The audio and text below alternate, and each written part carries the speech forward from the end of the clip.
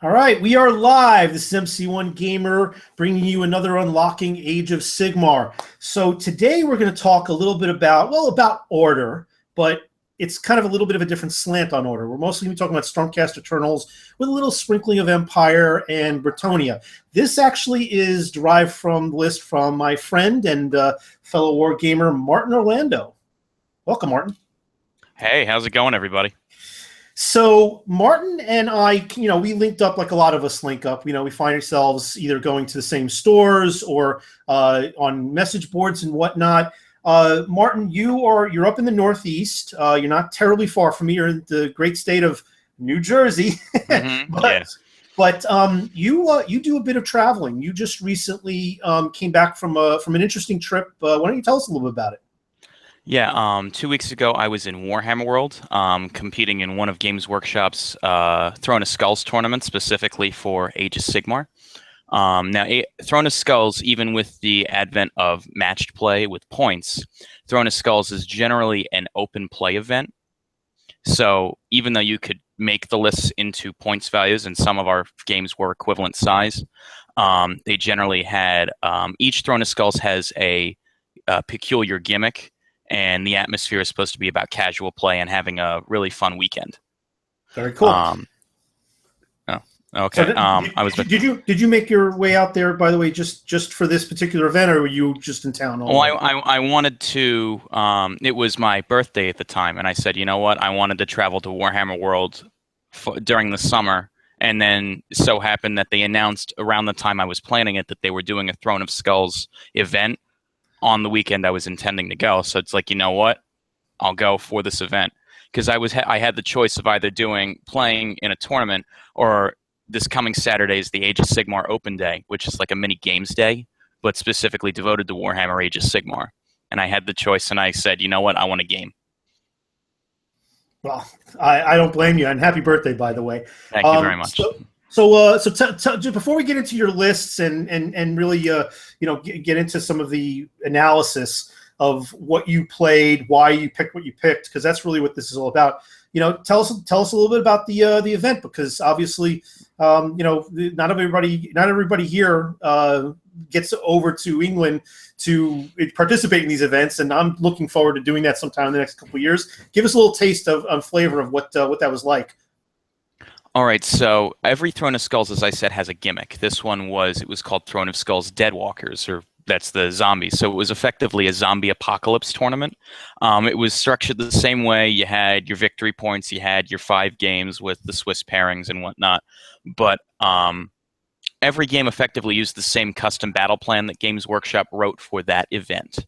And it was like pitch battle, but every time one of your units died, it came back in the next hero phase as a zombie. And you use the zombie war scroll, and no matter how big or how small the model was, it came back as a zombie, which hit and wounds on a 6. It has no save and 1 wound. So my Star Dragon came back after it was killed as a 1 wound. No, yeah. So the main goal of the event is, of course, to have fun. The 2 main prizes, of course, there was like a laundry list of others, but it was best painted, and the Throne of Skulls trophy goes to the one who has effectively best sportsman, who had the most favorite game votes across the event. I try and consider myself a friendly player, but I knew what I was going for. I really wanted that paint. So I was like, you know what? I'm going to go to try and win paint awards and kill zombies. And it was clear after game 2, I was not in the running for killing zombies, because I think I had killed 3. And by that time, the person who would go on to win the most zombies killed had killed like 60. So I was like, I'm not doing this. So it was really a lot of fun. It was 5 games of, you could win victory points, but victory points were only a tiebreaker if 2 people ended up with the most favorite game votes. It was really about trying to be the best sportsman, having the most beer and pretzel-y fun you could have. Awesome. I love that. I love that, that just that funny, tongue-in-cheek, humorous, just a little bit more of, rather than the competitive sense, just trying to get people to laugh and enjoy themselves. But it's always good to have a little competition in you. And I know that you like to come to a lot of the regional events in the Northeast, but you also travel to go to some other competitive events in other parts of the U.S. So some people that may not be familiar with you, you've done pretty well with painting competitions before. Oh, yeah. What are some of the I'm going to show you some pictures before we get into your list. What are some of the events that you've attended where you've entered into with your painting? So, and just as a side note before we finish with Throne of Skull, you said you wanted the competition. Next month or September, Games Workshop is holding in Warhammer World its first match play event, which I believe is already sold out. So they will continue to have Throne of Skulls and regular tournaments. But as for events I've gone to, before Age of Sigmar, I always did the Colonial, which is a North Jersey tournament. I went to the Unplugged, which was Connecticut. I did a few things with the Nerdhammer guys, which is in the mid-middle Pennsylvania, like in the Hershey area. Mm-hmm. Next one I'm going to is going to be in Las Vegas, the Las Vegas Open. That's going to be the first official Games Workshop Grand Tournament in the States in like 6 years. Yeah, I'm considering going there myself. Oh, I already booked it. We have some South Jersey guys who are like reawakening from their hibernation. It was like, this is like fantasy all over again. Yeah. And I try and do Armies on Parade when I can. And I won awards in 2012 and last year. I think the internet went wild when you remember the giant castle? Yes. Yeah, that was that. You showed me a picture of that. That was awesome. Oh yeah, and you might be seeing more of that soon enough. Oh yeah, and you for your tournament where your son won the tournament in Brooklyn. Yeah, that was kind of small, but you had your display there. It was very very impressive. Yeah. Very cool. So you're no stranger to these types of events. You play competitively. You're certainly adept at painting. I want to show some pictures of your painting prowess, and then we're going to dive into your actual lists and talk about exactly what you're looking to do and what you're looking to accomplish and some of the synergies involved. But I'm going to go ahead and screen share real quick and see if I can just show just a couple of shots of some of the painting that you did. Let's first start with that. Let me know if you actually can see that. Yes, I can. Excellent. Good. So yeah, after over 240 something of these videos, you would think that I would be able to do it and have confidence, right? But okay, let's first start out with this. This is, I mean, you know what? I'm going to get back to this. This is just too nice to open with. Yeah, that's the piece there. Yeah, let's open with this one here. Okay, so you mainly focus from what I've seen on Order. You like the Stormcast, you like the Bretonnians, you like the Empire. Tell me what this figure is, because it looks like it's a conversion. And by the way, I love that you're big into converting. Oh yeah, I'm like the Frankenstein hobbyist. It's like I see a piece over there. It's like I could use that. So after playing High Elves for 6 years, I wanted to give humans a try in Age of Sigmar, which is why I've been like, I mainly do Order. My army is generally called an Order of Fruit Salad. So this is my Bretonnian Fae Chantress, at least for right now. Okay. I guess you didn't go for the boob armor. That's totally cool. I based this off of a conversion I found on the web from one of the Unplugged gamers. His painting is a legend.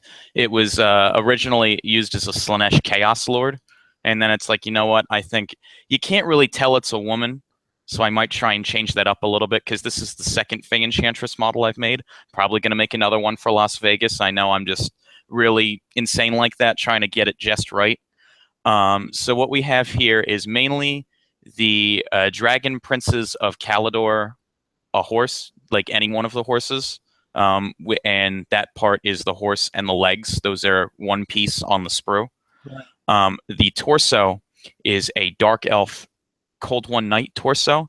That was like the only one that I felt was like worked for the piece.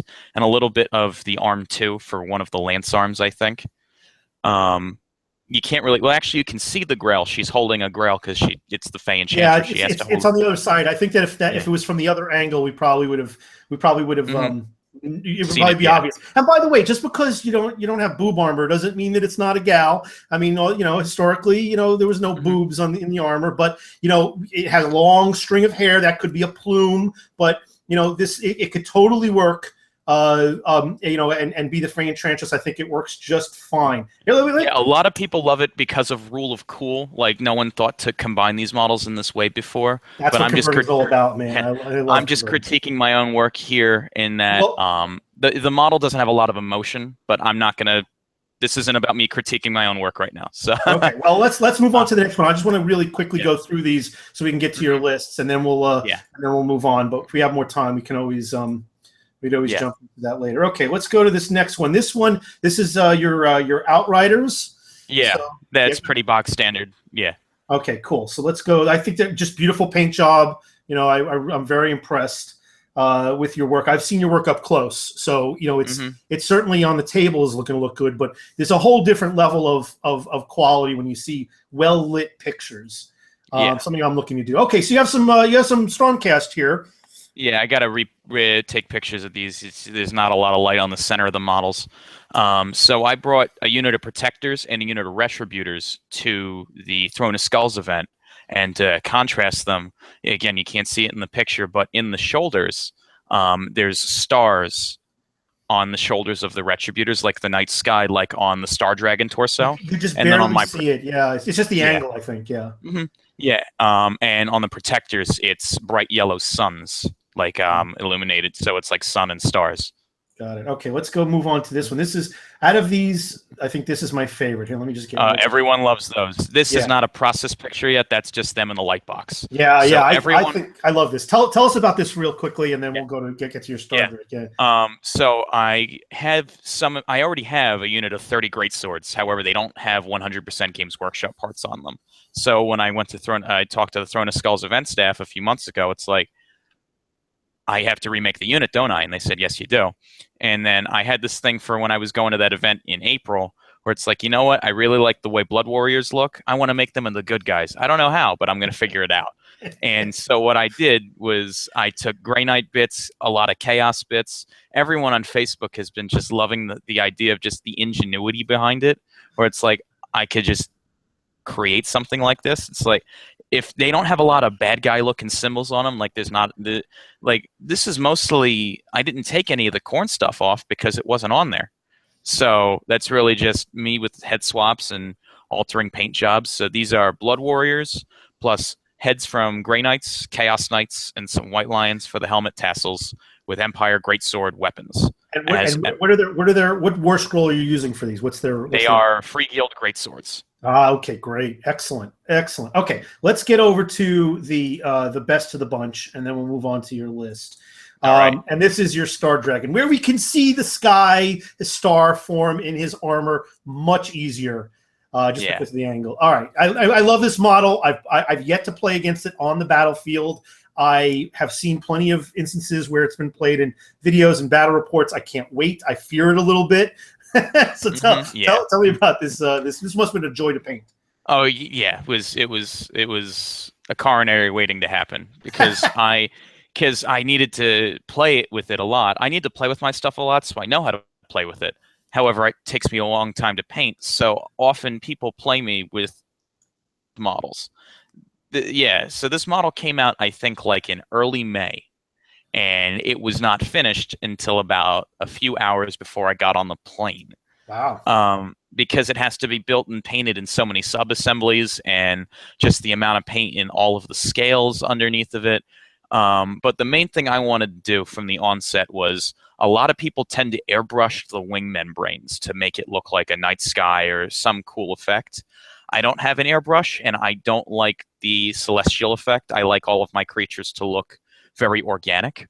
So the whole paint scheme I used for the dragon was actually adopted from how to paint Mordor trolls. Yeah. So you wouldn't know. No, you wouldn't think, but that's how they're painted. And then I decided to, because it has such a large torso, I thought, you know what? Why don't I take that effect for the whole stars or celestial stuff and put it on there? And that really became the wow factor for this model, aside from the contrasting the pale blue with like the dull fleshy orange. And it really was a success for me.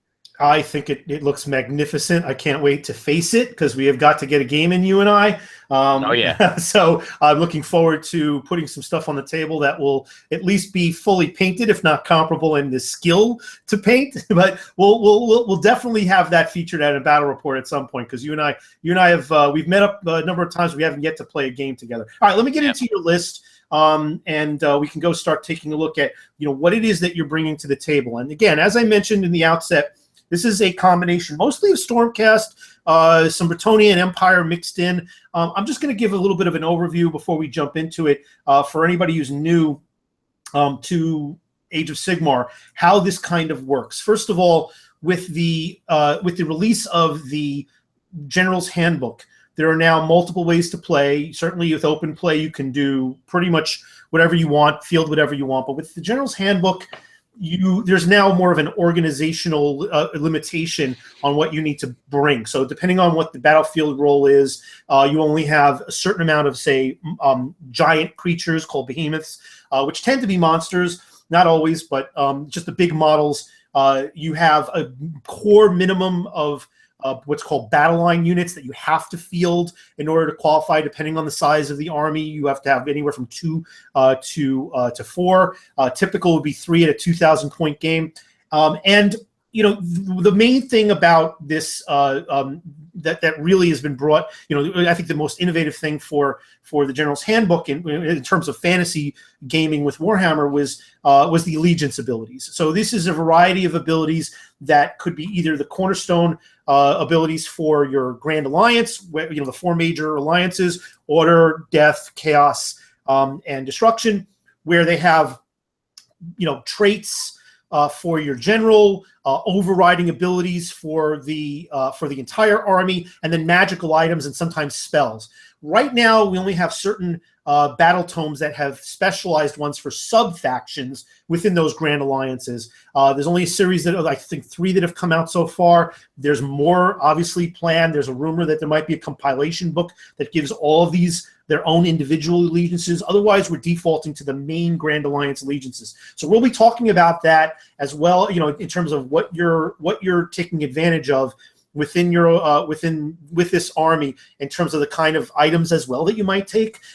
This might change if there is with new books that may come out, new battle tomes that may come out with these specialized allegiance abilities. But for right now, we're going to be looking at order. So just to get into your initial list, and I'll let you go and run through it. We're going to talk about your 1,000-point list first. And when we talk about your 1,000-point list, this is what I would consider maybe a little bit bigger than a starter box, maybe a starter box and maybe a unit or 2 added on. So it's a pretty decent value as far as an entry level. It's typically played on a 3x3 table according to the suggestions by GW. It's a quicker game. It's not what I would consider the standard game for most tournament events, but we'll get to that because you've given us, like everybody else I've asked, you've given me 3 lists to go over. So let's start with this 1,000-point list. Go ahead, Martin. All right, so I actually tested this out yesterday, and this is probably the first 1,000-point list I've had success with. I've not had a lot of luck at 1,000 points. 2,000 points is another story, but 1,000 points, it's just, a little limiting. So what this list is that I tend to play this game almost like it was like Lord of the Rings, where I understand that there are armies who will have more bonuses like Sylvaneth, or armies in the future where it's like if you take one specific faction, they're going to have more magic items and better abilities. I like the idea of having more miniatures from different factions on the table that I can convert and paint with. So this is, the Empire General on Griffin, who I give the Sigmarite Great Hammer. He's like effectively not Karl Franz, but he's a beast. I think he does a little more damage than the Stormcast Dragon, but that's just my opinion. So he has the Sigmar Great Hammer, which is his ton of attack. This model overall is a ton of attacks at Ren -2, which is big because Stormcast, with how much power they have, I think the only thing with Ren -2 is the Sullustan Prime. So you have the Sigmar Great Hammer, which is 3 attacks. Which, by the way, if you take magic items, you can give more damage. Or the Warlord trait, which is like Legendary Fighter, which you can add an attack to any one of these weapons. It's really just a lot of punch. Well, So when you he's the consider great. when you consider the Great Hammer at 3 attacks, it's got the best rend of the bunch, which is exactly what I think is the smart move going for. I could totally see why you would do that because it's also die 3 damage. That's excellent. Good idea. Yeah. And then you have the Deadly Beak, which starts at D6 damage, and it doesn't lose D6 damage until it takes at least 7 wounds. Yeah. And there's synergy, like at 2,000 points, there's even more synergy where you can possibly heal him, but I'll get to that in a minute. His command ability is you can pick a Free People's unit within X amount of inches. They gain +2 to their bravery, which is great for the core units, and it's +1 to their charge and hit rolls. So if he's not in range of anybody, if he's going solo, he can make himself hit on a 2+. Right. Yeah. You can give him the shields. Oh yeah, you give him the shield, so he has a 3+ save. It's just a lot of punch and value, I think, for the 300 points in match play. And the more human units you take, the more synergy you're going to have with the rest of your army. Whereas I think with Stormcast, a lot of the stuff is more powerful overall as individuals, but they also can go off on their own without having to worry about spells or command traits to make them viable. I like that Blood Roar also. Nice little bonus depending on what you're going up against. Situational. And he flies 15 inches, which is longer than most flying creatures. Very nice. Very nice. Yeah. Okay, moving on to the next one. This is your Battle Mage. Let's see if I can pull that up while you're talking about it. Just the Wizard. It's 100 points for a Wizard. You can't go. It's a Wizard. You can't go wrong with a Wizard. Generally, the 2 spells I found are useful depending on the list you want. Is first of all the Wild Form spell, Wiston's Wild Form, the Lore of Beasts. Mm-hmm. Just flat, +1 a wound. Because there's nothing to it. It's just you can give it to anything, and it's really self-explanatory in how potent it is. And the other one I think is Chain Lightning, which is a little better than Arcane Bolt. And if you're playing 1,000 points, Mortal Wounds is really potent. So trying to just get that little bit of an edge on Chain Lightning really can help. I've seen a lot of 1,000-point Stormcast Eternalists who just bring the 100-point mage for the Chain Lightning spell to put out some ranged Mortal Wounds where you wouldn't have access to that prior. But I tend to lean on the Beast spell, Wild Form. Yeah, Wild Form was good in 8th. It's still good in Age of Sigmar. All right, let's see. We got your Free Guild Guard with the Swords and Shield. Let's go grab that. Yeah, and this is a giant I told you so to me because I was really hesitant about taking them, and it's so much value in this unit. I was surprised myself. So they're like the cheapest core in my personal restrictions that I have access to. You get 10 models for 80 points. So for a unit of 20, it's 160 points. They have a lot of options you can give them because they're the old State Troops box. They start at Bravery 5, but for every 10, of course, you get the +1 Bravery. Now with the General, if he gives them +2 Bravery, they get Bravery 8 at 20 models. They're going to need it. So, they need it. And of course, with most Empire units, you have a 1 in 6 chance of losing no models to Battle Shock. Again, you're not relying on that. It's just this nice, consistent benefit that they'll have. Now, with Massed Ranks, they add 1 to all hit rolls for every for 20 models, and then for every 10 up to 40, you're going to get another +1 to hit. Now, again, with the General's command ability from the Free Guild General, they're going to get +1 to hit here. So a lot of times they're going to be hitting on a 3+. Sometimes they're going to be hitting on a 2+, depending on how many other synergies you have in your army. They're probably going to be hitting on 2+ more often than you think. Very nice. Now the reason you keep them with Sword and Shield, because it says down here, you get to reroll saves of 1 if they're equipped with shields. But if you take Sword and Shields, you add 1 to their save in close combat. So all of a sudden, this 80-point unit has a 4+ save in combat, rerolling 1s. Very nice. So that makes them immediately, again, they're still humans. Yeah, it's adding to their value over anything else. Right. Well, the And synergies make them a little bit more effective, and certainly they're gonna contribute certainly more than their points because of the synergies. But yes. yeah, they're still human. Yeah. So they really did surprise me with their value, and I'll be probably taking them more often, specifically 1,000 points because of what they do.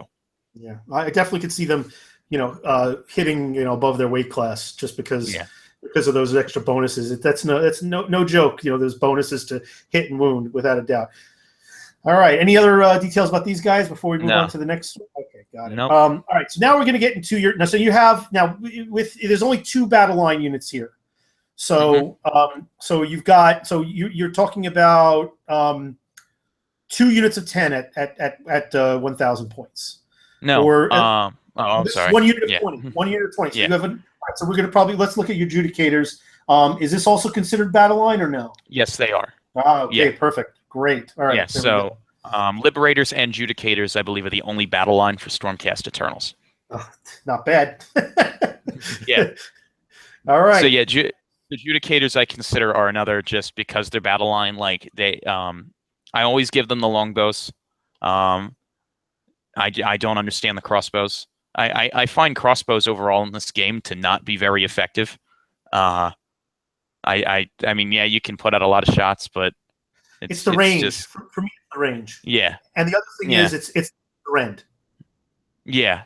Rend is so valuable. Even a -1 rend is so valuable. Yeah. Yeah. So a unit of 5 of these models, if you give the unit champion, always give your unit champion the special weapon if they get like a bonus to hit or more attacks with it. In this case, Adjudicator Prime will get +1 to hit on his bow. So if you give him the shock bolt bow, the shock bolt bow is the special one. It's the names. I'm sorry. He will be hitting on a 2+.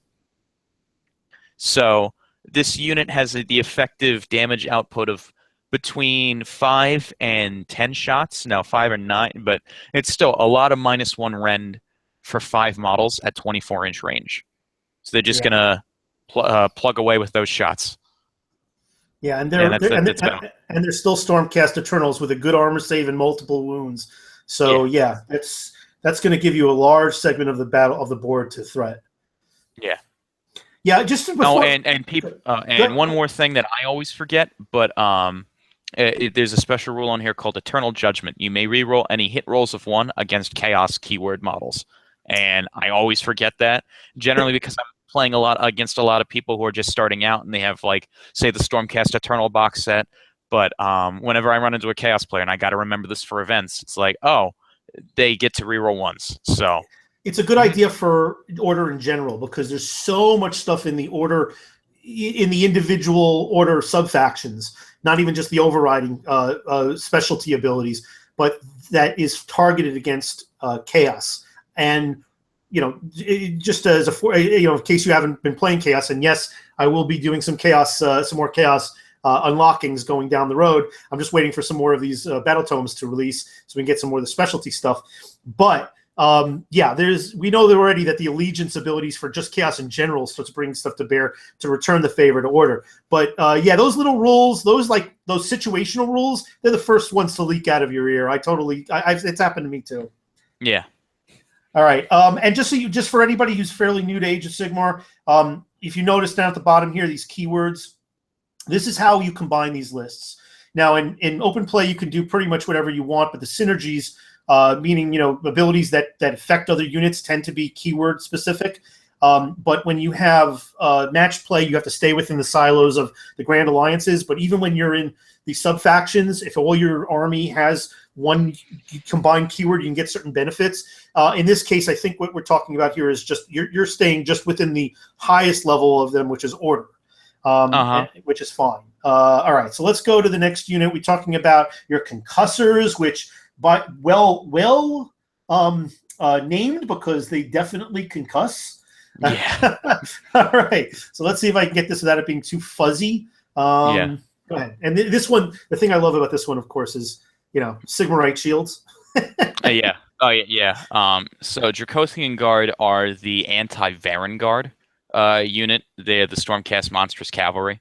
Now, I thankfully for the balance of this game, there are no battle line units in the Stormcast Extremis faction, like the sub faction. Right. So if you're taking these guys, these are just no roll units. So all Draconian Guard move 10. These are the mounted units, by the way. Yeah. The Draconian Guard are the guys on the Dracoths, and they have a 3+ save, and the Sigmarite shields, which is you can reroll save rolls of 1. So they kind of sort of have a 2+ save if you just throw a Mystic Shield on there with your Wizard. Yeah, they're good to go. Or if they're on terrain, if they're on cover. If they're in cover. So the main if you run a lot of the different Draconian Guard units, one thing immediately you'll see is that the breath weapons differ. So this one is, I think, I'm not sure if I really want to rank the two different breath weapons, but Fulminators, who are the Stormcast with the lances, and the Tempestors, which is the Stormcast with the crossbows, they have a different breath weapon than the breath weapon on this War Scroll, which is the Stormblast. So the Dracoths spit lightning, fire-ish hybrid at people, and on a 4+, it 12 inches on a 4+, it just does D3 mortal wounds. Yeah, which I think is already great. Mm-hmm. And then the Dracoths themselves, while they only have Rend 1 and Damage 1 on the profile, if they roll a 6 to wound, it causes D6 damage rather than 1. So that's and now to top it all off, the guy on top he's effectively a Retributor on the Dracoth. He has 3 attacks with the Rend 1 damage 2. If he rolls a 6 to hit, that's immediately a mortal wound, but then he gets to pick up that dice and roll it as normal to wound. So you're just causing extra wounds on 6s. Now, if you cause any mortal wounds in this manner, that unit that you're attacking is paralyzed or frozen, and they can't pile in models when they activate. They can attack, but they can't pile in. But they can't pile in. Yeah, that's a big deal because you may only have a couple of guys in range to actually strike. That could neuter a unit completely. Oh, wow. Yeah. This is I faced these two just this past week. A unit of 2 of them only made a unit of 4 Mournfang Cav bounce off them. Yes. Yeah. I failed to do, and this is with the big Gargant hackers. Of course, some of it was my rolls, but it's also because of just how good these guys' armor is. I just bounced off 4 of them. 4 of them. The only way I got any wounds on these guys was because I managed to get a couple of wounds on the charge because they were mortal. That's it. They're butch. They're worth their points. They're expensive though. These guys. These are the most expensive Draconian Guard at 280. The rest of them are 240. So 1,000 points for this. This is again a smallish army. This is a smallish list. This is for a small game on a much like half the table. And so you're not going to have as much terrain. I mean, I wouldn't play. I played 1,000 points on a 6x4. It's really a lot of territory. It's like half the game is gone before you actually wind up reaching each other in many cases. Especially if there's any kind of objectives involved. So you really need to play this on a 3x3. So you played this already recently, have you? Oh yeah, I played last night with this twice. Very cool. And what were your thoughts? I was really surprised with the Free Guild Guard. The concussors didn't get to do much because of just how there was a large piece of impassable terrain right outside of my deployment zone, which made it hard for my concussors to maneuver around. But it gave more opportunity for the Free Guild Guard to shine, and the Empire General can just solo stuff, like no problem. I'm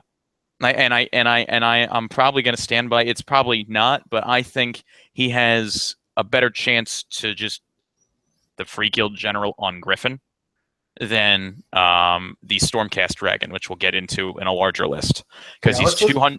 Yeah. Good. He's 200 points cheaper than the lesser of the Stormcast Dragons, and he has more damage potential. Very cool. Yeah, I can see that. He's certainly a good value at the points he's at. Oh, yeah. All right, so let's take a look at your 2,000 point list. And I'm not going to go pull up the same scrolls for the units that we've already gone over, but I'll pull up any new ones. So tell me a little bit about what your decisions were with these lists, and we'll go down the row on these. Obviously, you stuck with the general on the Griffin. Yeah. So this is the list I'm going to be taking with me to Las Vegas. Granted, that's like right now, I'm pretty sure I'm going to do this, but that's still like 6-7 months away, so it could change. Right. However, this is something where it's like, we'll get into the 2,500 point list where there's like some gimmicks the Stormcast can do, which are really good, but they're also very fragile or finicky. So I tried to make a list. It's almost like a Warriors of Chaos list, where it's like, here's just a box of hammers. But this, I wanted to combine the coolest stuff that I thought was from, this is where Bretonnia shows up. I really like the whole Bretonnia idea, but I just make my own models and whatnot. And I'll probably be showing you in the future of like all the crazy stuff I'm doing for my Grail Knights and Fae and you saw the Fae Chantress. Yep.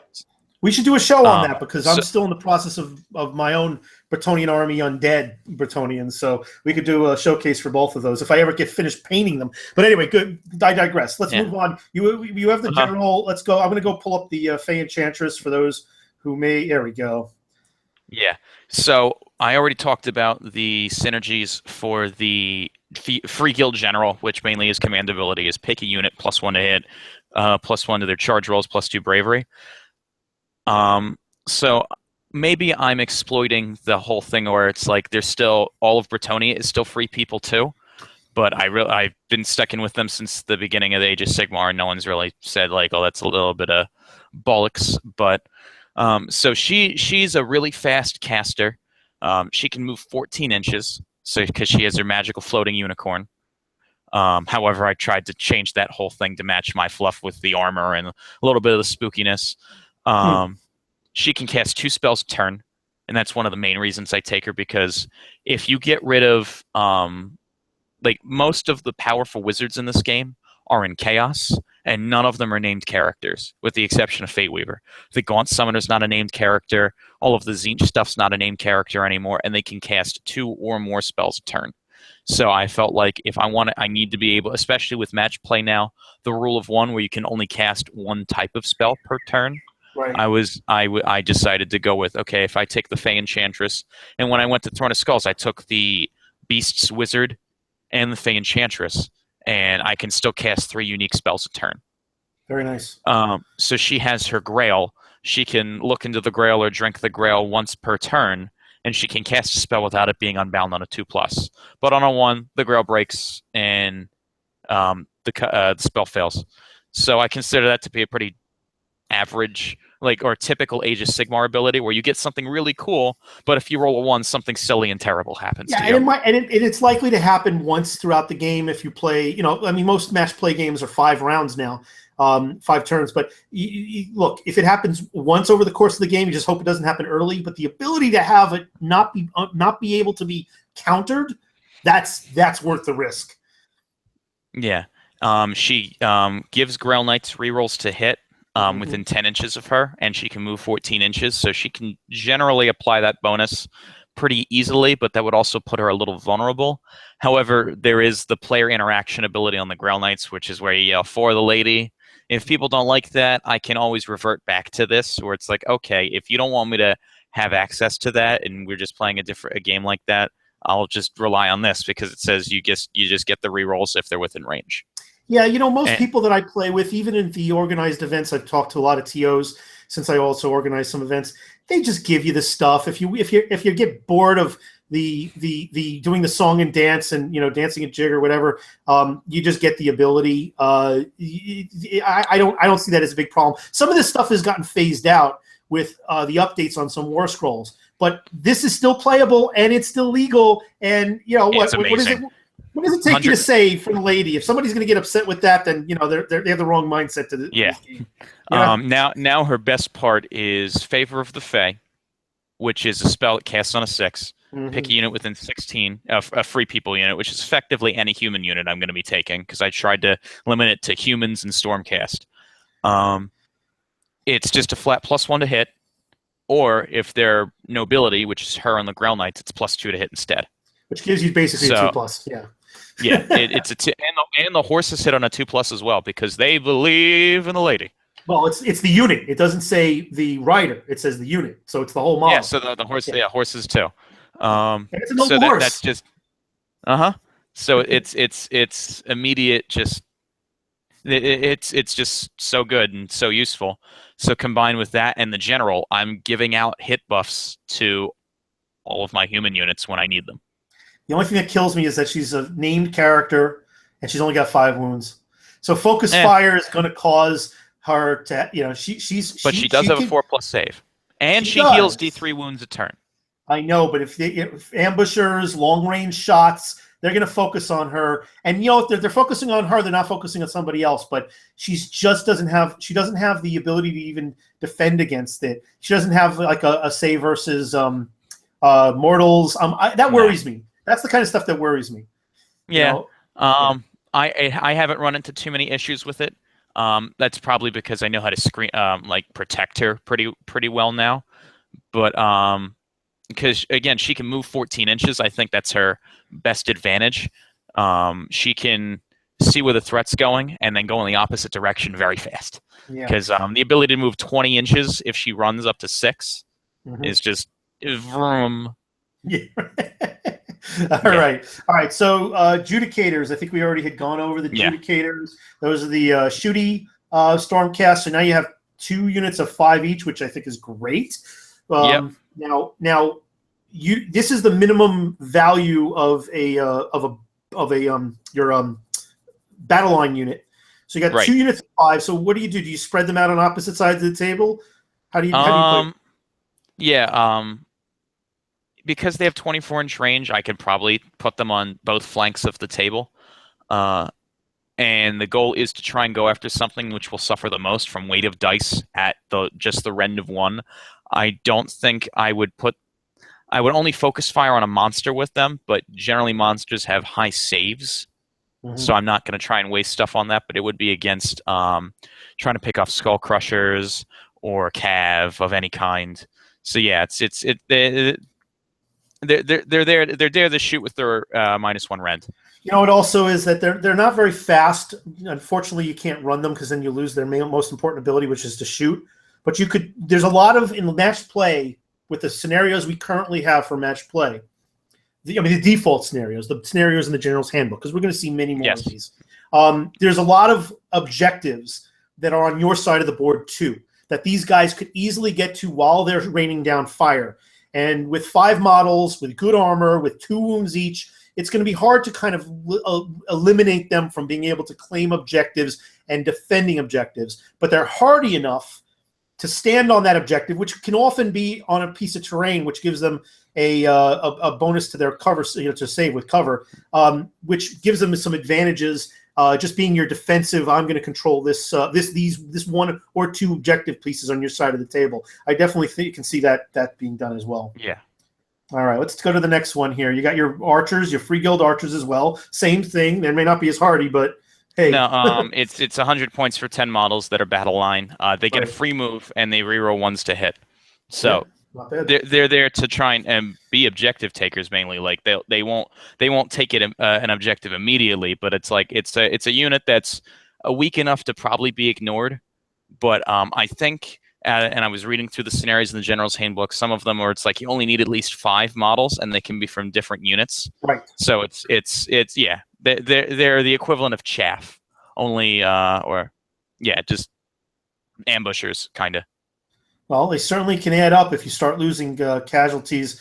When people are trying to contest those objectives that they're defending. I'm looking for Grail Knights. Here we go. There you go. Oh, my favorite. Yeah, mine too. All right, so this is probably the best cavalry unit Order has, like out of regular cavalry. I was very surprised that Games Workshop took out of production all regular humans on horses. They're probably just going to say, okay, here's humans on some bird beast thing, Warhammer style, and it'll have 2 wounds and a similar profile. But for right now, in terms of Order humans on horses, this is it. I think they're the only cavalry with rend. They're not the tankiest, but the Bretonnia, and I remember from your unlocking Sigmar stuff about Bretonnia is all about getting the charge. And for Yep. guys like these, they are a unit delete if they maximize their bases onto an enemy unit. Again, with the Fae Chantress stuff, at the very beginning of the game, if I say for the lady, they get rerolls to hit. And I have done that at tournaments. Or at actually the tournament where I was using the Grail Knights, they said, no, you have to use it because we want to play Age of Sigmar right. So it's like, you're saying it. And it's like, okay.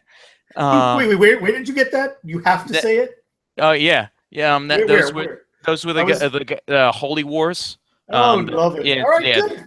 Hey, look, if they don't mind it, and if they don't think it's cheesy, with gusto, man, with gusto. Oh yeah, I remember one of the guys who was playing. He's an Adepticon TO. He was playing goblins, and he put on this big goblin hat to do something. I don't know, but yeah, for them, they're effectively going to have rerolls to hit on the entire War Scroll every game, and if you give them either the General's Command ability or the Fae Chantress's spell, they're hitting on 2s.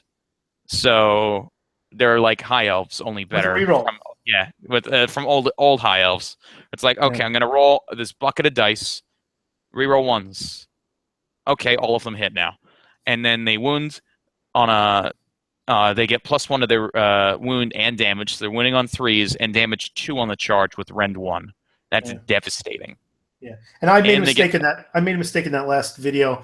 I had misread that on a charge it's considered to be for the full turn, so even on your opponents. That is incorrect.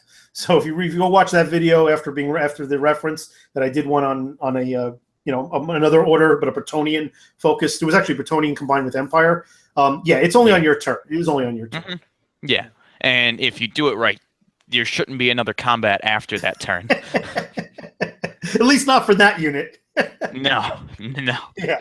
So and then they just get +1 to their armor save the turn they charge.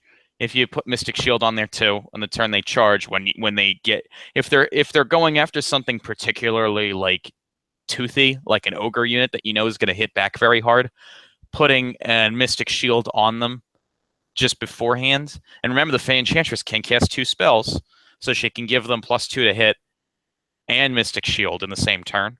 Right. So they can reliably not take as much damage the first turn they're in combat. Yeah, I've said it before. I know a lot of people have said it. I've been saying it since AOS came out. This is the best iteration of Bretonnia that we've seen. This is the best power level, and now even more so for the points that you spend for them in match play. They're even better. So yeah, if you're a Bretonnian player and you haven't been checking out what you get in Age of Sigmar, go get into it now, because Bretonnia is phenomenal in Age of Sigmar. All right, let's see if we can move on to the next one. This is just there's only one more. Yeah, this is a butch unit. Yeah, we have your fulminators. We talked about them already. We talked about the concussors. The concussors are the hammer guys. Yeah, these are the different ones. Got it. Yeah. So fulminators are effectively the lance-wielding Draconian Guard. So it's important to note that their breath weapon is different from the concussors. Right. That's the one where it's 6 inches with D3 attacks, and then you hit on a 3+, but then you do a mortal wound. But if you're within 3 inches, and this is kind of how they earn their value in subsequent combats after they charge, it says it does 2 mortal wounds for every one of these shooting attacks that hit, if you're within 3 inches or fewer of enemy models. So it's in effect, it's supposed to be specifically for these guys are in combat and in the shooting phase. So yeah, they like the protectors, because these are supposed to be protectors on the Dracoths. Instead of opponents -1 to hit with shooting attacks against them, they get +1 of their save. So against shooting attacks, they have a flat 2+ to save, and they reroll 1s because of the Sigmarite shields. Sweet. Same Sigmarite thing with shields, man. Oh. Yep. Same thing with the Dracoths. They have a Rend 1, damage 1, but on a wound of a 6, they get D6 damage. Their breath weapon, I feel like this is like a little bit of a better breath weapon. But then they're damage 3 on the turn they charge for the Storm Strike Glaive. So that really is meant to go after something and hit like a train. Yeah. Yeah, that lightning surge though. I'm reading it right now, of course. Explain why you think it's the better of the two. Because it can do, well, first of all, it can do up to 6 mortal wounds instead of the D3 for the longer range concussors, and it's specifically meant to support these models in subsequent combat turns, because they're not just because they're only rend 1, and just I don't think that just a pair of these is going to reliably destroy a unit, especially if there's only 2 of them. But the breath weapon, which doesn't get weaker as the Dracoths take wounds, they're just going to be doing more of the breath attack along with the strikes on the guys on top. So I think it's really a nice supplement to their damage output. I just want to make a comment because I got some comments on the video. I don't have chat up because I don't know how to get the chat working. I've tried it several times. I think I might have to do it like just somebody had sent me a note, so I'm just responding to them. There is Q&A, so you can put Q&A and ask questions, or just make a comment, and I get the alerts and I can respond to them. But unfortunately, there's no chat. I wish I figure it out. It might be just I have to do like an impromptu, unscheduled event, or I need to find out from some of the guys that I know that do it, like Andy and Remy, and figure out what their special sauce is. But for some reason, I'm not able to do it. Okay, so now we have, in addition to the Fulminators, and you have 2 units of 2, which is in and of itself is scary. We also have 2 concussors. Yeah, I really tried to bank on the Draconian Guard with the Ground Knights in this list. It's going to be cool to paint up. I'm already building it, even though I don't have to paint it anytime soon. It's still just like all of these guys. It's a lot of the stuff in this list that hurts is movement 10 or more. So it's trying to make the combats happen on my terms. And I get, because of how combat works, waves are really superior, where it's like it's the whole you go, I go thing. Well, I only want to have 1 or 2 combats happen at a time, so I know what's going to be taking damage from your counterattacks and just focus fire on stuff I charge. But it's just, everything is just so tanky, and it's a very fast box of hammers. Nice.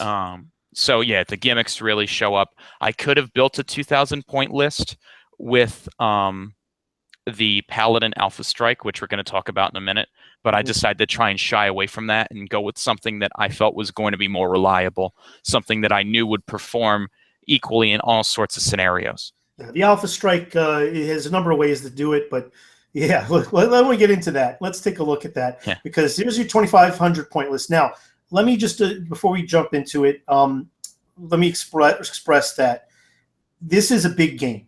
I've played a number of games now at 2,500 points.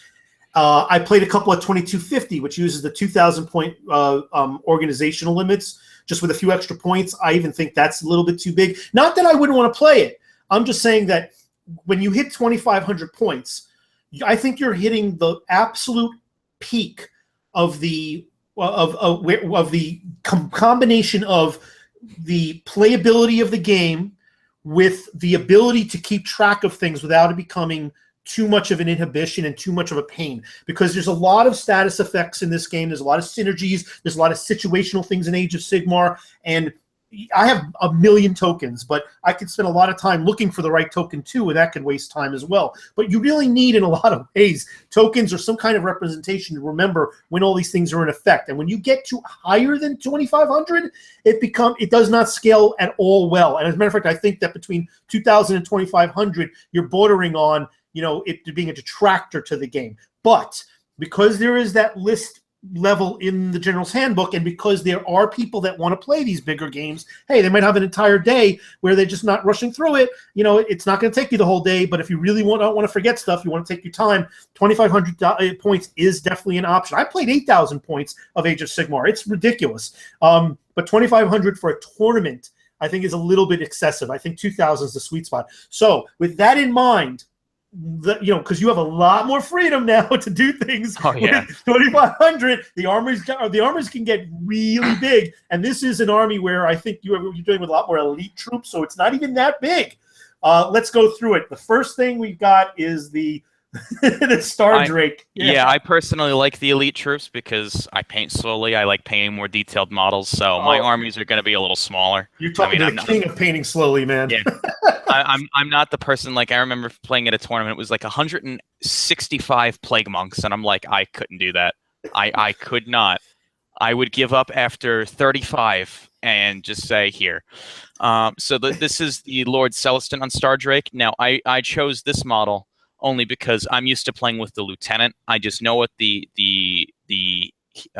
bigger version does. It's pretty much the same, but it comes with the command ability, slightly better weapons, and mainly the shield, which is the biggest part. Oh yeah, the shield is crazy. Yes, good. Yeah. So the reason the Stormcast Dragon, I feel like the Stormcast Dragon's actually a little too expensive for what it does at 2,000 points. It starts at 500 for the lieutenant and 600 for the captain or the Lord Sullustan. But what you mainly get is, I think this thing is mainly a heavy infantry killer. If you charge a Demon Prince or another monster with this model, mistakes were made. Because most of its crazy abilities are meant to go after smaller wound models. Well, you can stand in there with those other big models, but that's I agree with you. Where it shines is exactly what you're saying. But yeah, I was like, when I was playing at the Throne of Skulls, I was just going after a Demon Prince, which was like not even half the points, and I was barely doing a wound or two to it a turn, because just from math. So I think I'm gonna try and guess on where to start with this. So the Lord Sullustan has stuff on top. You either give him the hammer or the sword. They're both equally cool. But the dragon, so he has 16 wounds, which already makes it a very big monster. It moves 12 inches. It has cavernous jaws, which I think is its main thing, where it's you effectively pick a model within 3 inches when it piles in, but before it attacks. Pick a model, and you have to roll higher, not equal to, but higher than its wounds characteristic, not its remaining wounds, and it's slain outright. Yeah, it's very similar to the giant stuff them in a sack thing, but yes. This one's a little bit more. This is a little bit more favorable. Yeah. So immediately I can say, well, that's really great against stuff that has 3 wounds or 4 wounds, and I'm just removing models like that. That's an ogre. Yeah, it's a Blood Knight. Right. It's an Iron Jaws brute. You can technically eat Varangard. Yeah. You can eat Varangard on a 6. Yeah. I mean, I'm not saying you will. It's just, but you can do it. It can happen, sure. It's likely to happen. And because of this, you have to roll higher than the wounds characteristic. You don't get this at all against single models or monsters, generally.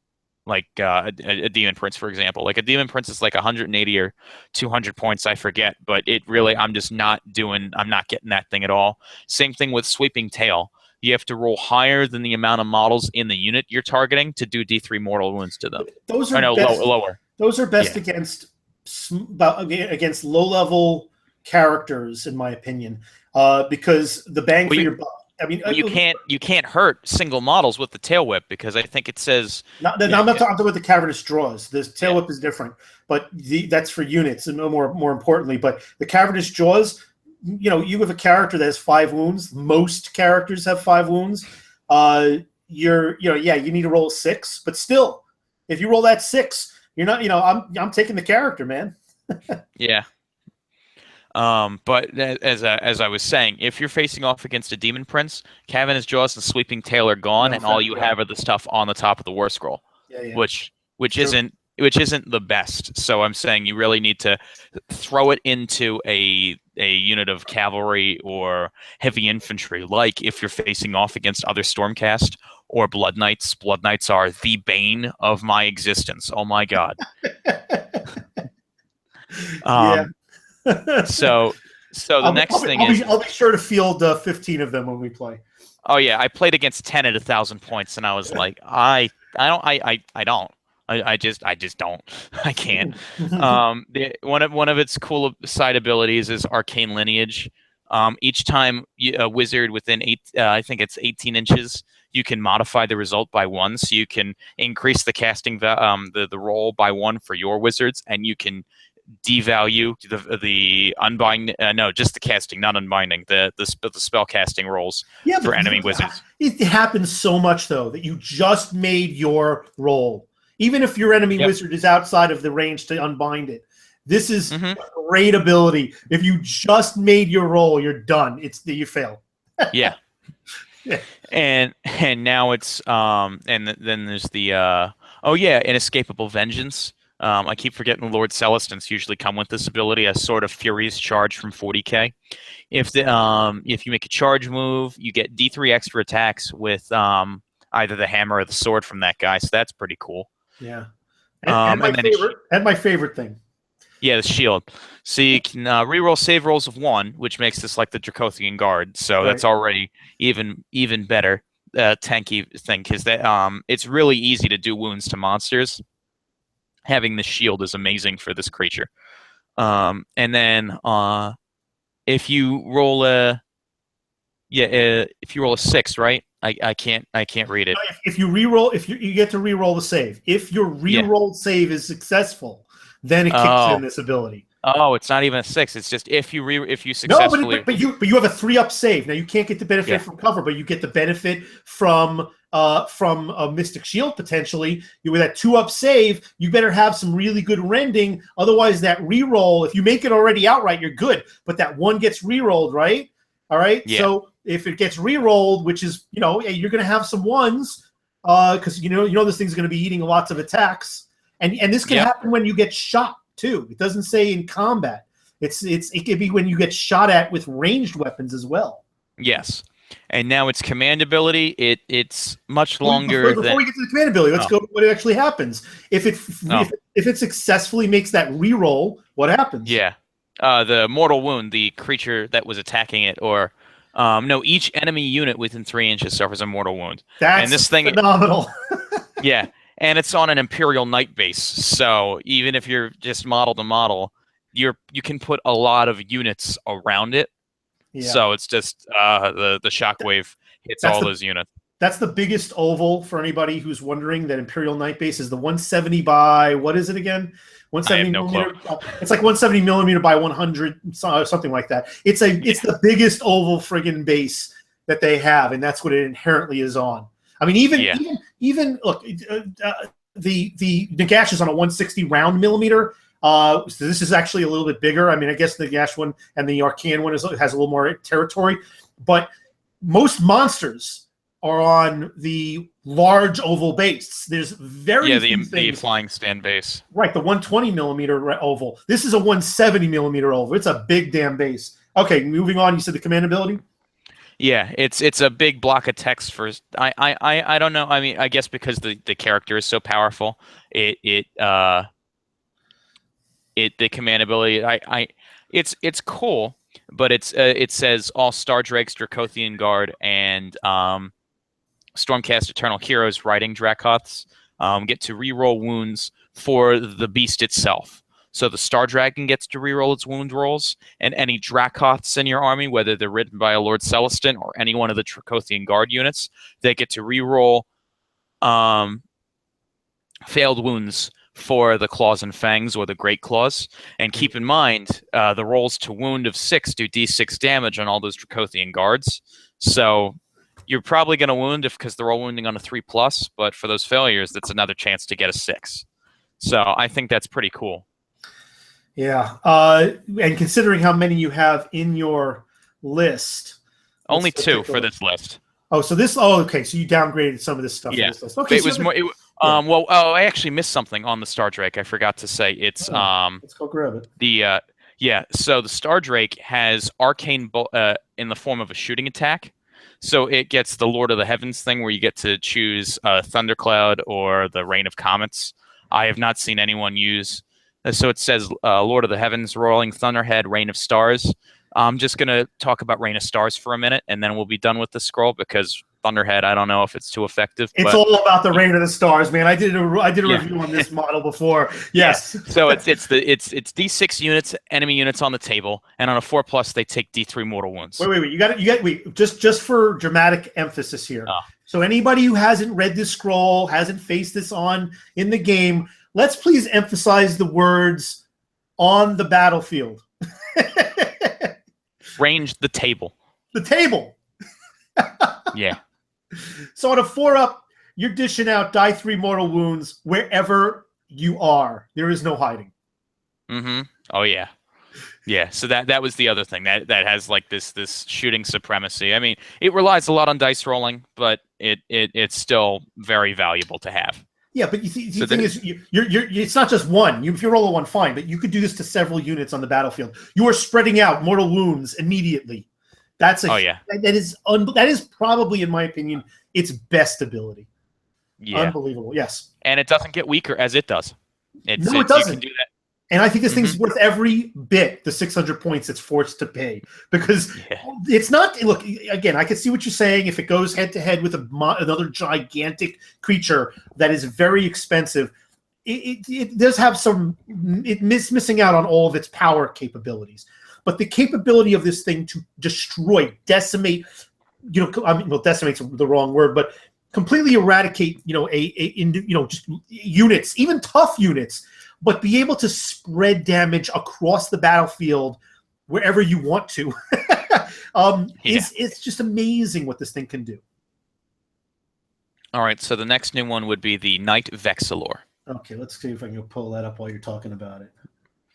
So the Knight Vexillor is, in my opinion, the only model that makes Stormcast Eternal Paladins viable in a list like this. So he's the Stormcast, the army standard bearer. This is what. Before you continue, this is the new segment that I'm adding to my unlockings, and it's called Killer Combos. Anybody out there who wants to do a graphic for me or do an animated version with sound or whatever, contact me. Just shoot me an email or post. But this is one of those things where Killer Combos is just going to wow you. Okay, so this is one of the Killer Combos. Go ahead, keep going. Sorry. So the Knight Vexillor is the Stormcast Eternal Banner Bearer, so he has to pick either one.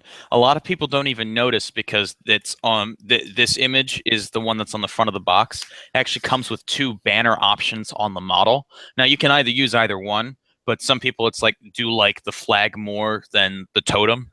So if you're looking at picking up this model, just go on the website and you're going to see there's actually a proper flag in the box that you get this character with. You might want to check out. Cool. So it gets the Meteoric Standard or the Pennant of the Stormbringer. No matter what, it's his ability is you can reroll charge rolls for Stormcast Eternals in your army that are within 12 inches. So rerolling charge rolls on slightly below average speed units is pretty good. He's in combat. He's just like a Liberator. He's just 4 attacks, but that's not why you bring him. The Meteoric Standard is, I believe, the equivalent of the ranged attack the Sullustan Prime has, the Comet Strike Scepter. Yeah. Mm-hmm. Only this is a one use only. However, I don't think anyone's going to take that. No way. Why would you? Pennant of the Stormbringer.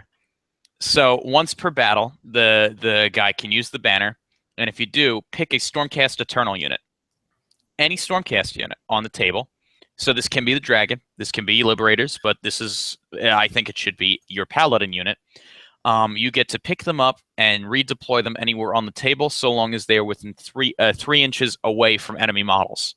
Now it's kind of like deep striking in 40k, only there's no scatter, and you can set them up however formation you want, so long as you're 3 inches away from someone. And then, because it was like a big gust of wind that picked them up and carried them somewhere on the battlefield, for every enemy unit that's within 6 inches of one of the models that's been redeployed, on a 4+, they take D3 mortal wounds. So already, I have something wherever I want it, possibly even out of danger if I picked it up out of combat and dropped it in front of you or behind you or on a flank where I need it to be. You might take D3 mortal wounds on top of that to soften you up before I go in for the kill. Yeah, but that's not all. Yeah. So it is 1 use only, and it's a 200-point character. So if this guy is killed early on because he can be very easily sniped, he only moves 4 inches. He only has 5 wounds and a 3+ save. It is very easy for this guy to be killed very quickly. Yeah, but where he is in proximity to the unit that you use this ability on doesn't matter. No, it doesn't. It doesn't. No. Wherever he is in the battle, you could hide him technically from in a building behind a hill. At least in cover, so he gets a 2-up save. You can put him in a place where his survivability is in better shape. It's not his proximity to what you're looking to move for this alpha strike. Correct. Is not going to matter. Right. And it doesn't even have to be an alpha strike. This could be a whole thing where I'm going to deploy, and then like halfway through the game, I'm going to do a gotcha, and then deploy something, completely change the tide of where we're going with this. But I mainly use it on the Paladins, which we'll get to in a minute. Mm-hmm. All right, let's go get to the Paladins then. Yeah, because I think that's the only other unit in here that we haven't seen. Yeah, that's the only other unit we haven't seen in here before. So we're going to go to the Protectors. Personally, the favorite Stormcast unit. Yeah. Okay, go for it. Have fun. So the Protectors are technically labeled as the monster hunters of the bunch because I think they do the most. They are, for 200 points, you get 5 of them. In contrast to the Retributors, who are in starter box, there are 220 for 5 of them. Like every Stormcast Eternal Paladin unit, for every 5, you get 2 Star Soul Maces, which are just completely like middle finger to your opponent. I'm gonna just not even roll the hit, not even roll the wound. Just take D3 mortal wounds for every Star Soul Mace I have. So I can have 4 of those in a unit of 10 models, which is in this list. Now, on top of that, so the regular Protector stuff, they have glaives, which have a 3-inch range. They have 3 attacks, which is already like, wow, that's a lot. They hit and wound on 3s, rend 1, damage 1.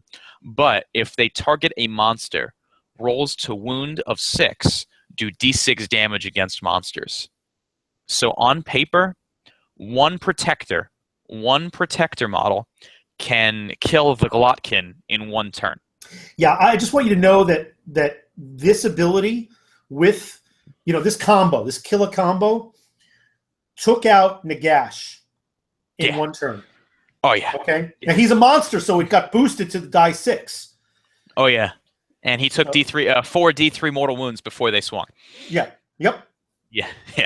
So if you target them with shooting, or if your line of sight for a shooting attack passes through a unit of Protectors, your opponent is at -1 to hit with that shooting attack. So if you have characters, at least early, or like if you want to put more fragile stuff that's like vulnerable to shooting attacks, actually, that's another thing you can do with the Knight Vexillor, is you can put him behind the Protectors early on, and they're at -1 to shoot not only the Protectors, but they're at -1 to shoot the Knight Vexillor as well. Nice. So, and the unit champion gets +1 to hit, +1 to his attacks too. So he's hitting with 4 attacks, and they have a 3-inch range.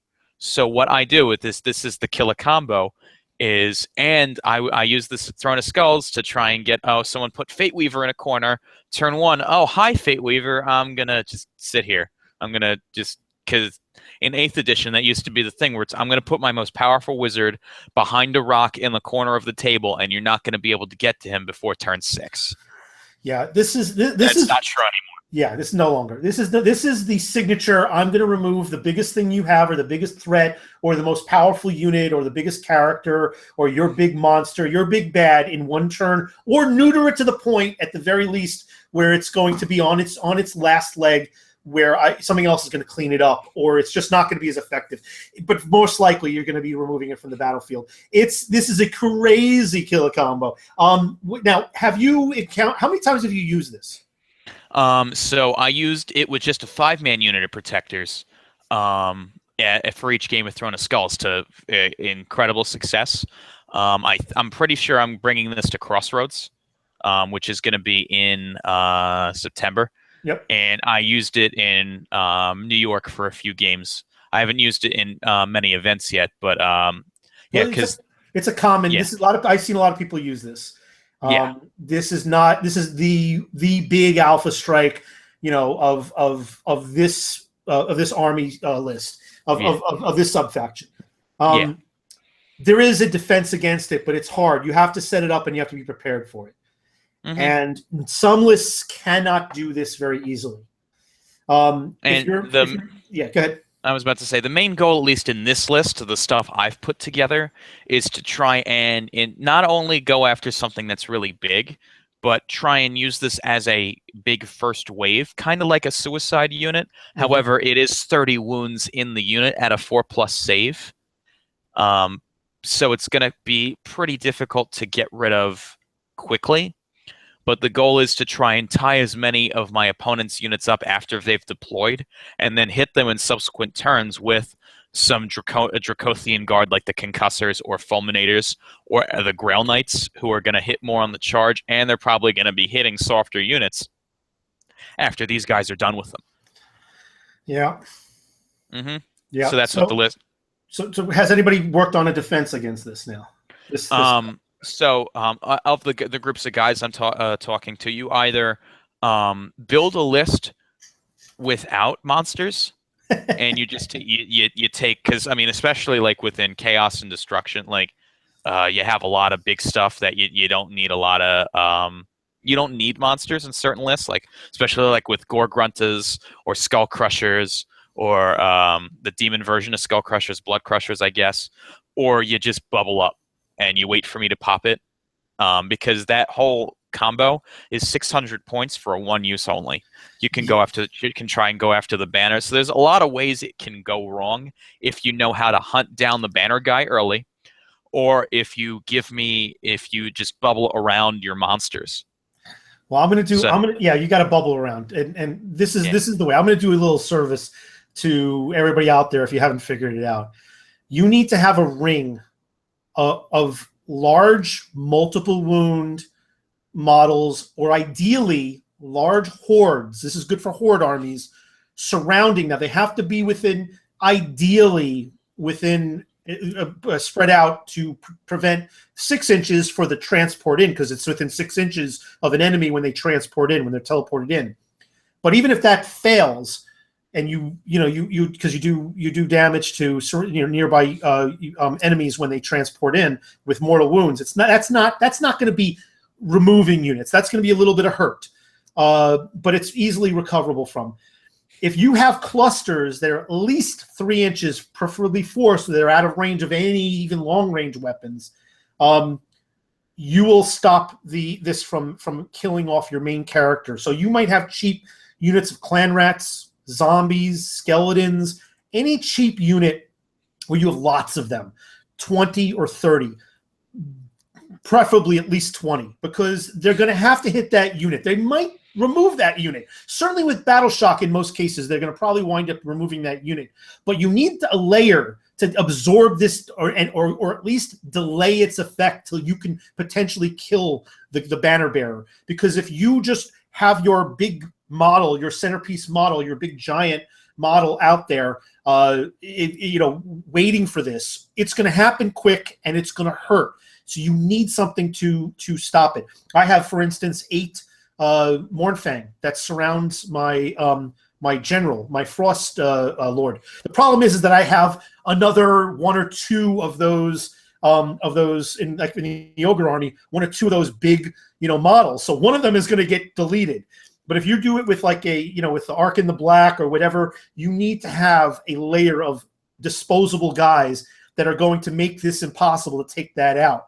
It's probably going to go after something else, or it might be delayed till there's an opening is presented itself. If that happens, it's going to get popped. You need to remove that banner bearer. It really changes your strategy in unbelievable ways. It is one of the best alpha strikes I've seen so far. Another way, especially for destruction, I've noticed, and I've been foiled by this a few times, is that if you have the war machines, long-range war machines, like I think the Doom Diver, the guy got 2 Doom Divers to the head, and just that was it. I was stuck with 10 models in my deployment zone with movement 4, and that's the other thing. Like in games where objectives are important, after those Templars drop into your, the Protectors drop into your deployment zone or something, that's it. They're now movement 4. If you can feed them something to tie them up for the rest of the game, like Mournfang, they're not going to be able to go anywhere, especially if you have an objective that they were supposed to go after.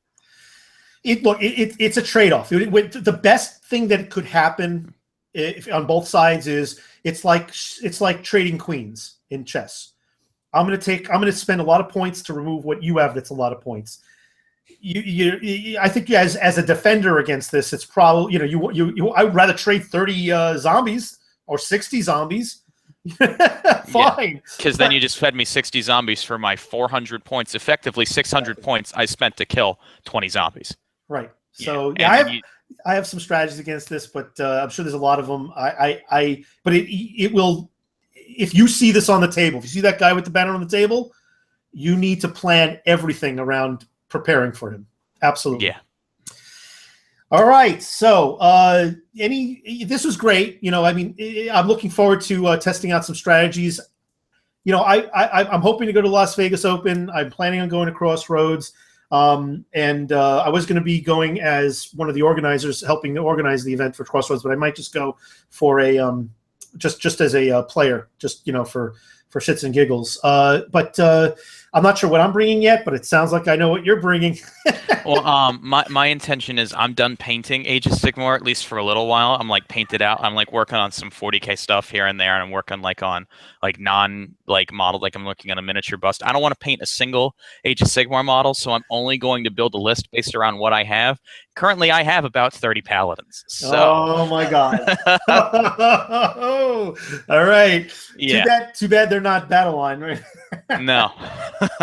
All right. Yeah. Dude. So I'll just bring painted stuff. I'll bring the castle, and then that'll just be it. Very nice. Well, looking forward to it. We'll be meeting up before then, but without a doubt. Oh yeah. Give you some practice. Any final thoughts? Yeah, I was talking with some friends who are trying to get into the more competitive aspect of it.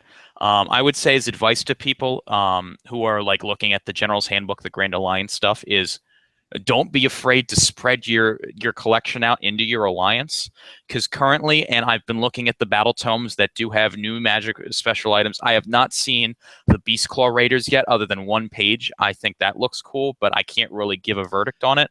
Okay, we'll play. I'll use that against you. I'll get you some practice against this. Yeah.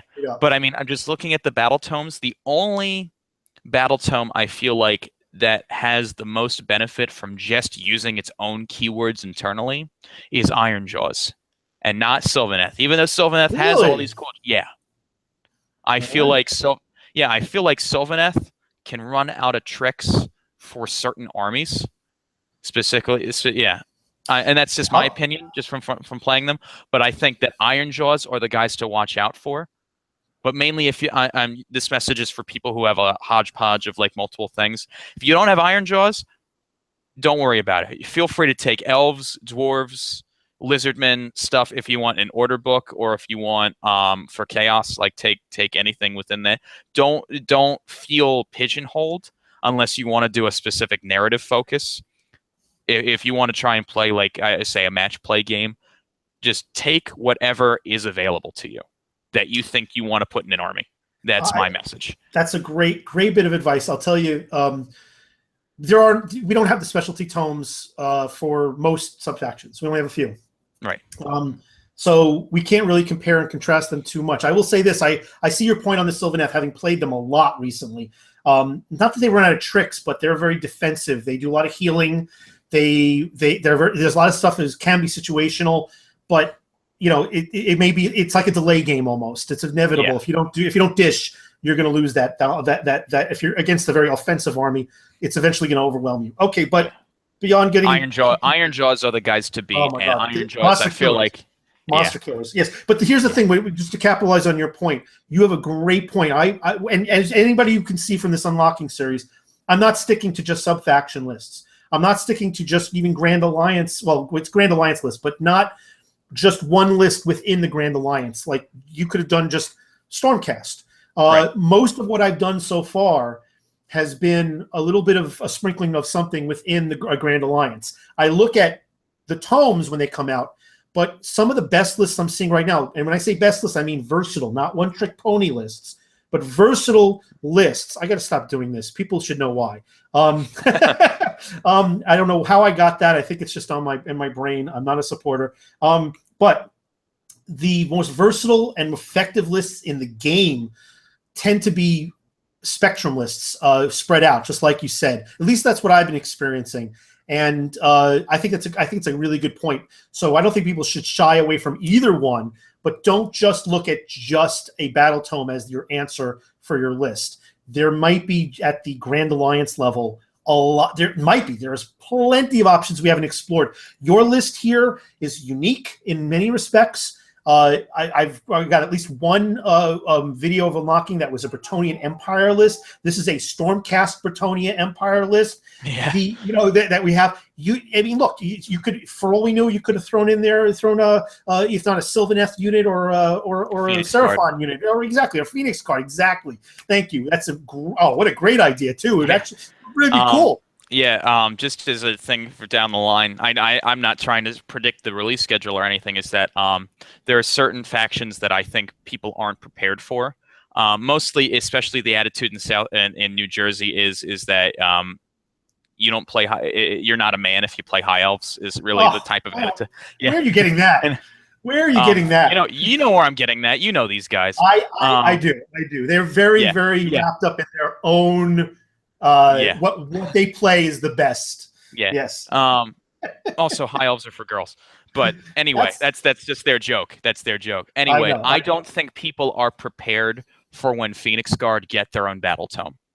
Oh, yeah. I think there's going to be a lot of these tomes that are going to change the landscape. And this is great for the game because it's going to redefine the meta every time these things come out. So, yes. Yeah, there's going to be – you know what I'm looking forward to? What the next mechanic is. And what I mean by that, and I mentioned this in several of these unlockings already, each one of these battle tomes is kind of centered on one theme, a special thing that is unique, or not, maybe it's not unique, but really accentuated within that tome. The Sylvaneth was a mechanic where they can deploy terrain that's a very effective. Their synergies with the terrain is extremely effective. I mean, you could have the whole battlefield filled with terrain as long as the proximities limitations are addressed. So. And the page I saw for Beast Claw Raiders, I think the page I was given access to was the one about the blizzard, and there's an area, like terrain, the weather that affects them. They have a chart, and you have the potential to take a trait that actually lets you get a beneficial result on the chart. But this chart that can have enormous effects on everything on everything on the table, your benefit to the detriment of others. I did an unlocking on Beast Claw Avalanche. I think it was the last one, not Beast Claw Avalanche, excuse me, Beast Claw Raiders. That was the last one I did. So if you want to, I'll take a look at that. Check that out. But they have that. They have this weather pattern that affects everything. The Bone Splitters are very anti-monster. They have a lot of elements that really, kick any monstrous units, anything with the monster keyword in the nuts. So, and they do it in their own specific way. So, each one of these battle tomes seems to have this one little special flavor theme for that sub-faction. And I'm really looking forward to seeing what it is. I'm not very good at the predicting. I mean, I used to be decent at it, but eventually, if you don't have, you're just like playing roulette, man. Eventually, if you're betting on black, it's gonna turn up red. But I think that we're gonna see a lot of the return from the Always Strikes First type stuff when we see the elves kick in. Something like that's gonna accentuate that element for elves. It could be a immediate, pile in and first attack. They're going to get something that's going to really separate them in a lot of those when those battle tomes start coming out. I hope so. Yeah. Oh, we'll see it. We'll see it. It'll have to be. It'll have to be their own flavor of why you should take this army and why it's so much different from others. All right, that's great. Martin, it's always a pleasure, having these kind of conversations with you. We'll definitely do more. I definitely want to do one where we could show off some of your conversions and painting stuff, but we have I'm sure we'll do some battle reports that I'll post up as well, and we'll have you on again. Thanks for coming on. Thank you very much. Anybody who's tuned in here, check me out on Twitter. Check out the Warhammer YouTuber community as well on not just Facebook, but more importantly on Google Plus, as well as the PMP, the Painting Motivated Painters. Great place to see some real quality. You should join that, Martin. You'd have some really nice stuff to share if you're not a member already. All right, I'll talk to you about that later. Yep, you got it. And thanks for tuning in, everybody, and have a great day. All right.